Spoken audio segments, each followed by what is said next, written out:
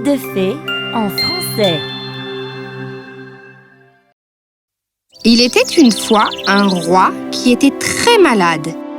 Et aucun médecin du royaume ne pouvait trouver un remède pour son rétablissement. Il croyait qu'il ne vivrait pas assez longtemps pour voir la lumière du jour. Oh! Où sont mes fils? Je les veux à mes côtés. Le roi avait 2 fils. L'aîné, William, affamé de pouvoir et qui voulait hériter du trône. Et le plus jeune, Harry, qui était gentil et innocent. Il s'occupait de tout le monde et aimait le plus son père. Comment va notre père? Nous avons fait de notre mieux. Maintenant, seul un miracle peut lui sauver la vie. Pendant ce temps, William était amoureux d'une fille appelée Miranda. Il passait ses journées avec elle et lui parlait de tout ce qui se passait dans sa vie.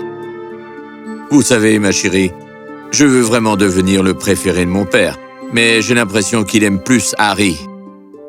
Ah, j'espère juste qu'il n'héritera pas du trône à ma place. Vous et vous seul deviendrez le roi, mon amour. Comment en êtes-vous si sûr? Parce que je sais exactement comment vous pouvez gagner le cœur de votre père. Prenez cette potion de ma grand-mère, faites-lui boire ça et il aura de nouveau la santé. Oh mon Dieu, tu es la seule à me comprendre. Une fois que je deviens le roi, je te promets de faire de toi ma reine. Oh, mon cœur, tu m'aimes tellement. Mais William ne savait pas que Miranda cherchait pas son cœur, mais complètement autre chose. Quel imbécile! Pendant ce temps, Harry avait le cœur brisé car il ne pouvait pas voir son père souffrir. Il avait prié sincèrement pour le rétablissement de son père bien-aimé. Oh, ange, s'il vous plaît, montrez-moi un moyen de lui rendre la santé.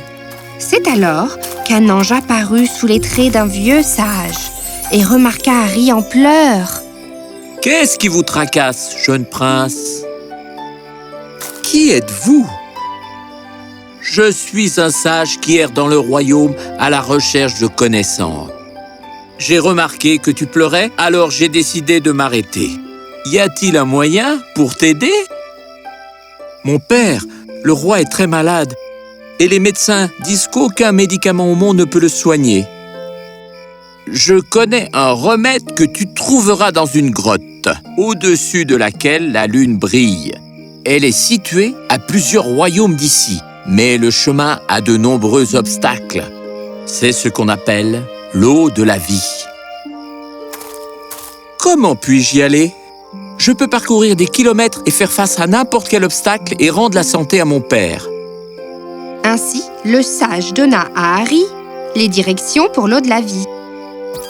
Harry partit dans sa quête pour l'eau de la vie. Après avoir voyagé pendant 2 jours, il atteignit une forêt dense où il rencontra un nain. Bonjour, j'entends quelqu'un s'approcher. Peux-tu m'aider? D'où vient cette voix? S'il vous plaît, aidez-moi, si vous m'entendez. Comment avez-vous été pris au piège dans cette cage? Une sorcière a utilisé son pouvoir maléfique pour me piéger. Pouvez-vous me libérer en coupant les chaînes de cette cage, s'il vous plaît? Et Harry sortit son épée pour libérer le nain. Le nain le remercia et demanda à Harry de se joindre à lui pour le dîner. Mais Harry dit qu'il était pressé et qu'il partait pour continuer sa quête. Après avoir voyagé plus loin, Harry entendit un gémissement. Il suivit le son et trouva un vieux lion malade. Oh mon Dieu, il a l'air si fragile et faible. Il doit avoir faim. Je vais être en retard, mais je ne peux pas le laisser comme ça. Harry donna des pains entiers au lion et lui laissa toute sa nourriture. Il repartit à cheval à la recherche de l'eau de la vie. Harry était maintenant plus qu'affamé, mais il continua sa quête. Il progressa à travers le vent violent. Il marcha dans la neige épaisse et enfin il arriva à la grotte au-dessus de laquelle la lune brillait. Affamé et assoiffé, Harry tomba inconscient à l'entrée de la grotte. Harry, réveille-toi! Harry, réveille-toi! Vous? Comment se fait-il que vous êtes ici? Je ne suis pas un sage. Je suis un ange qui ne pouvait pas te voir pleurer et qui t'est apparu sous l'aspect d'un sage. Je suis heureux de voir une âme généreuse qui s'est arrêtée de façon désintéressée pour aider les êtres dans le besoin. Voici l'eau de la vie. Bois-en pour reprendre des forces et porte le reste à ton père. Harry but l'eau de la vie et retrouva toutes ses forces. Il remercia l'ange et porta le reste auprès de son père malade. De retour dans le royaume, la potion de Miranda avait rendu la santé au roi. Le roi fut très impressionné par Guillaume et décida de le nommer roi. Mais où est Harry? Je ne l'ai pas vu depuis une semaine. Comment un fils peut-il être insensible et ne pas être là quand son père est malade?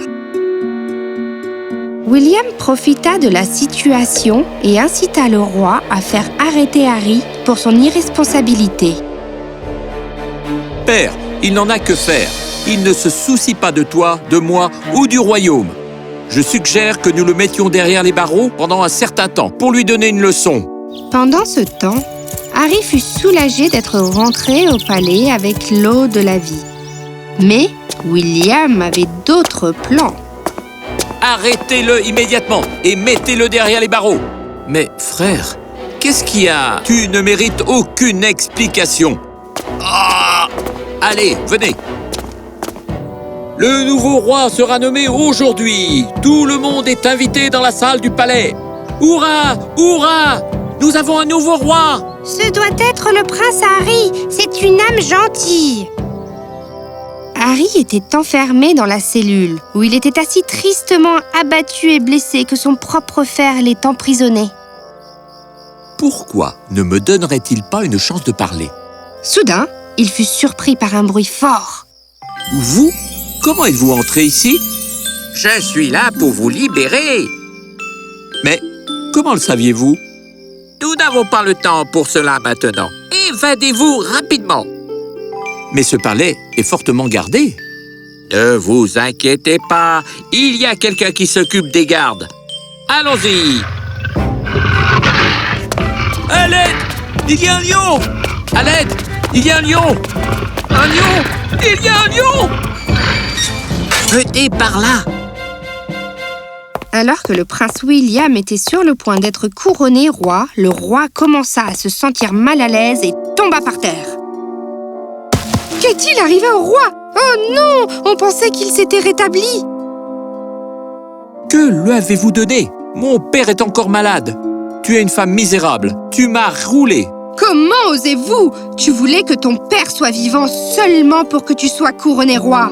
Et maintenant tu me blâmes? N'élevez pas la voix. Je vais vous faire arrêter. Vous allez me faire arrêter? C'est la sorcière Sabrina. J'ai entendu qu'elle était très puissante. Oui, elle l'est. Courez et sauvez votre vie. Vous n'avez aucune idée de mes pouvoirs. Je vais... Sabrina, il est temps de régler nos comptes. Oh.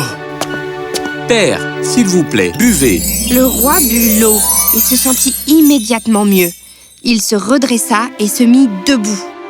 Merci, mon fils. Je me sens mieux. Mais qu'est-ce que tu m'as donné?